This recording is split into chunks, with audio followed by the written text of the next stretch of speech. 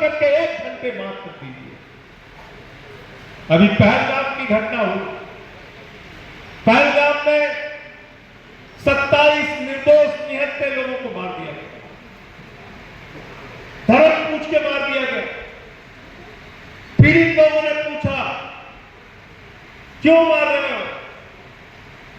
उन आतंकवादियों ने धर्म पूछा, मार दिया।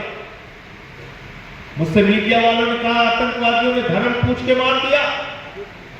मैंने कहा हां, धर्म पूछ के मार दिया, क्योंकि वो शैतान थे, क्योंकि वो दरिंदे थे, क्योंकि वो हैरान थे, क्योंकि वो चाहते हैं हिंदुस्तान टूट जाए, क्योंकि वो चाहते हैं हिंदुस्तान बर्बाद हो जाए, क्योंकि वो आतंकवादी चाहते हैं दो धर्मों के बीच में नफरत फैल जाए। लेकिन हम इस देश में धर्मों के बीच में नफरत नहीं फैलने देंगे। हम आतंकवाद के खिलाफ, बुराई के खिलाफ हैं।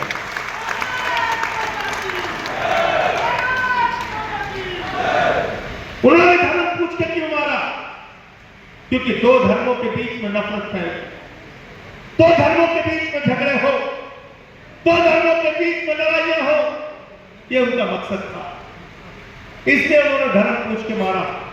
लेकिन याद रखना, इसको हिंदू मुसलमान की झगड़े को देश भर के अलग अलग हिस्सों में जन्म मत देने देना, क्योंकि वहां पर एक नजर कतली भी था जिसने भारतीय जनता पार्टी के पार्षद के परिवार को 11 लोगों की जिंदगी को बचाने का काम किया। याद रखना कि वही उसी कश्मीर का रहने वाला आदिल सैयद शाह भी था, जो अपने मां बाप का इकलौता बेटा था, और उसको भी आतंकवादियों ने मार दिया, क्योंकि वो कहता था ये हमारे मेहमान हैं, इनको मत मारो, भले ही मेरी जान ले लो। उसने अपनी जान की कुर्बानी दी। याद रखना कि अभी एक दिन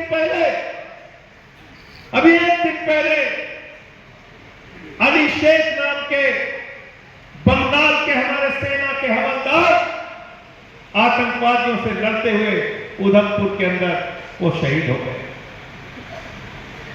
याद रखना कि उसी कश्मीर में जहां एक वक्त में आतंकवाद को फैलाने के लिए काम किया गया, आज उसी कश्मीर के अंदर गांव-गांव, शहर-शहर, मस्जिद और लाल चौक में प्रदर्शन हुआ कि हम नफरत नहीं चाहते, आतंकवाद नहीं चाहते, हम देश को तोड़ने नहीं देंगे।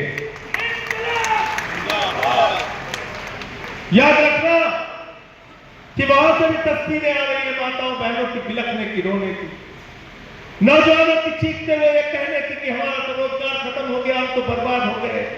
ऐसे निर्दोष लोगों को क्यों मारा गया? कहीं बुजुर्ग रोता हुआ, कहीं बच्चा रोता हुआ।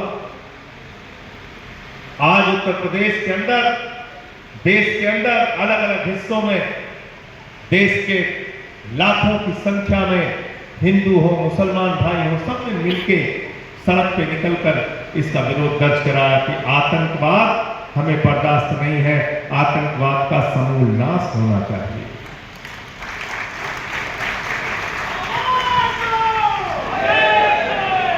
लेकिन इस आपदा में अवसर कौन सी पार्टी तलाश रही? आपदा में अवसर कौन तलाश रहा है? शर्म आती है यह सोचकर कि एक महिला का पति आतंकवादी की गोली से मर जाता है। वो पत्नी अपने पति की लाश के सामने बैठ के रोती है, बिलखती है। भारतीय जनता पार्टी के लोग उस घटना के 15 मिनट के बाद उसका कार्टून बनाते हैं और उस पर ये लिखते हैं धर्म पूछा जाति नहीं। देश भर में सोशल मीडिया के जरिए अपनी राजनीतिक रोटियां सेकने का काम करते हैं कि वो लोग हैं जो आपकी मौत पर मजा लेने का काम करते हैं। भाजपाइयों से सावधान रहना, ये ना धर्म के हैं, न देश के हैं, न ये किसी के सगे हैं। इनको सिर्फ और सिर्फ राजनीति दिखती है, अपनी राजनीतिक रोटियां दिखती है।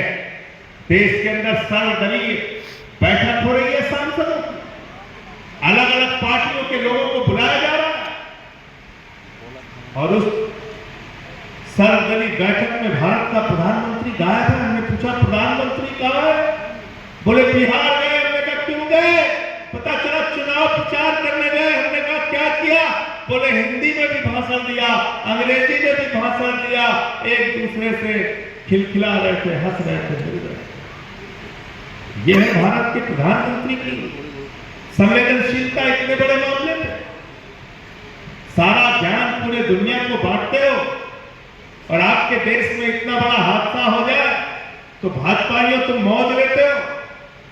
ठीक है, अब तो राजनीति की रोटी सेकेंगे, हम तुम्हें राजनीति की रोटी सेकने नहीं देंगे। ये आम आदमी पार्टी का कार्यकर्ता तुमको जनता के बीच में बेनकाब करेगा।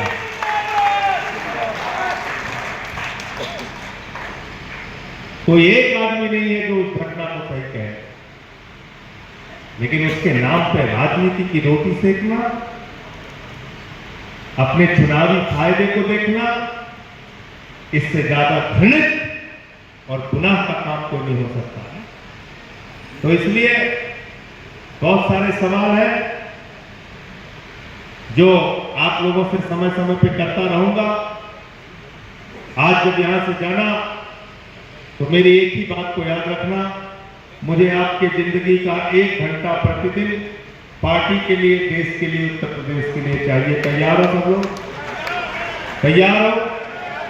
बहुत बहुत धन्यवाद, बहुत बहुत आभार। इस सम्मेलन में आ रहे सभी साथियों को मेरा